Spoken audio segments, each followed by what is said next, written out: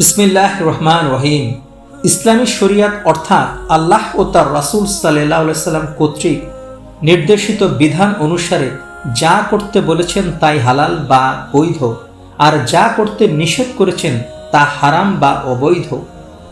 কোরআন ও হাদিসে যেসব বিষয়কে বৈধ বলে ঘোষণা করা হয়েছে শরিয়াতের পরিভাষায় তা হালাল, আর কোরআন ও হাদিসে যেসব বিষয়কে অবৈধ বলে ঘোষণা করা হয়েছে শরিয়াতের পরিভাষায় তা হারাম।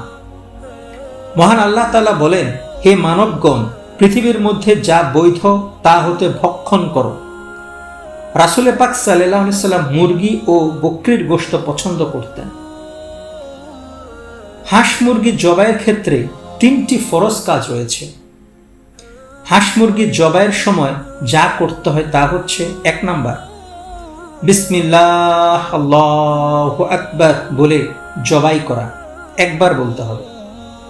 2 নাম্বার হচ্ছে ধারালো অস্ত্র দিয়ে গলদেশে অবস্থিত রগ কেটে দিতে হবে। এবং 3 নাম্বার হচ্ছে জবাই করে রক্ত প্রবাহিত করে দিতে হবে। তবে জবাইয়ের ভিতর 4টি হারাম কাজ রয়েছে। 1 নাম্বার, আল্লাহ ব্যতীত অন্য কারো নামে জবাই করলে তা হারাম। 2 নাম্বার হচ্ছে কাফির ও মুশরিক কর্তৃক জবাই করা হারাম। 3 হচ্ছে উম্মাদ বা অপ্রাপ্ত বয়স্ক নাবালক কর্তৃক জবাই করা হারাম। সাহায্যকারী না থাকলে নাবালক হাঁস মুরগি ধরতে ও জবাই করতে পারবে, তবে জবাই না করাটাই উত্তম। এবং 4 নাম্বার হচ্ছে ইচ্ছাকৃতভাবে বিসমিল্লাহ না বললে তা হারাম, এর গোশত খাওয়াও হারাম।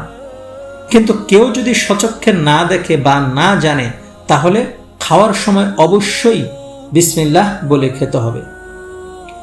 জবাইয়ের ক্ষেত্রে পুরুষ মহিলা, মহিলা মহিলা, পুরুষ পুরুষ যে কেউই জবাই করতে পারবে, এতে কোনো সমস্যা নেই, কোনো ক্ষতিও নেই।